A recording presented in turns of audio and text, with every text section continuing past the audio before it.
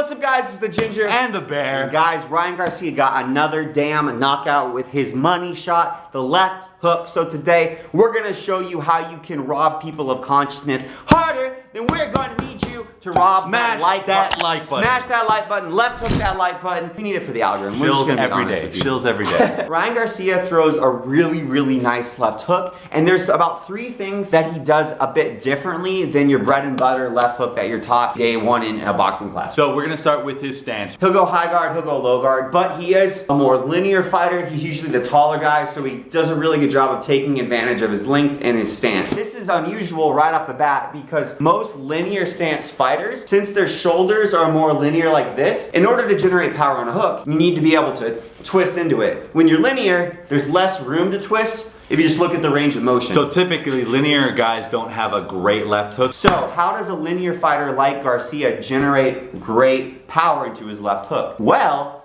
he's phenomenal at loading it up. Every time, whether his hand's up or his hand's down, he always torques his body into the hook. He sets himself in a position he can swing from instead of trying to just hook like this. So Ryan Garcia does a really good job with the fundamentals of how to throw a hook. And traditionally, you want to have, we'll say 60% of your body weight on your front foot. You're here, then you're here, and you're twisting all the way over, you're twisting your hips, you're twisting your shoulders, so you're generating as much power as you can. That twist is what most linear-based fighters don't have, but since Ryan digs into it and loads it up, he can then make that movement with his legs. If you see Alex throw a linear, he doesn't load up and you see the hook, guys, versus when he actually loads it up.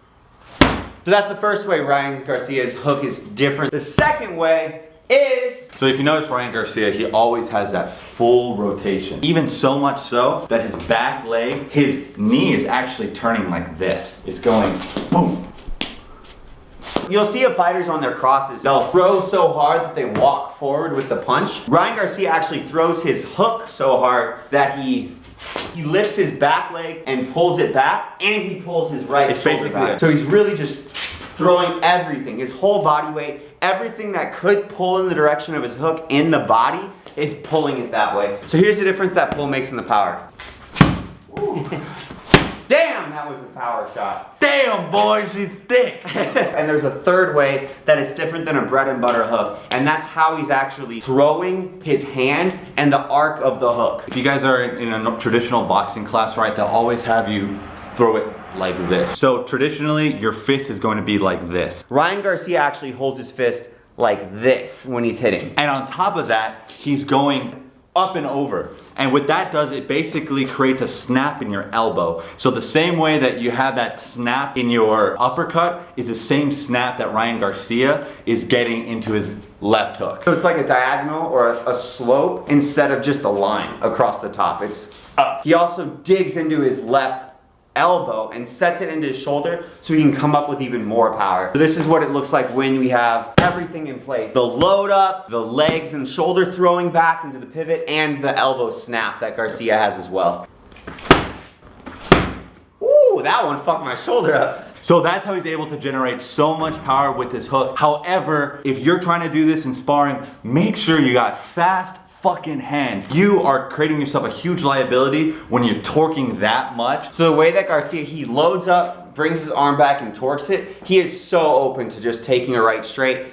But he mitigates this by being the taller fighter in most of his fights. Like you said, just fast hands, such fast hands. The man probably jacks off so fast. Additionally, he throws this as a counter. In most of his knockouts, he tries to bait the opponent who is shorter to jab. He can counter them with the hook. Yep. And because it's a counter and his opponent is in the middle of a punch, it's harder for them and so much harder to redirect, to take advantage of the opening of the left hook. But that's how you guys throw a hook like Ryan Garcia. Comment down below, let us know if there's any other people whose techniques you want us to break down. And if you use it, let us know too. Ginger and the Bear, peace out.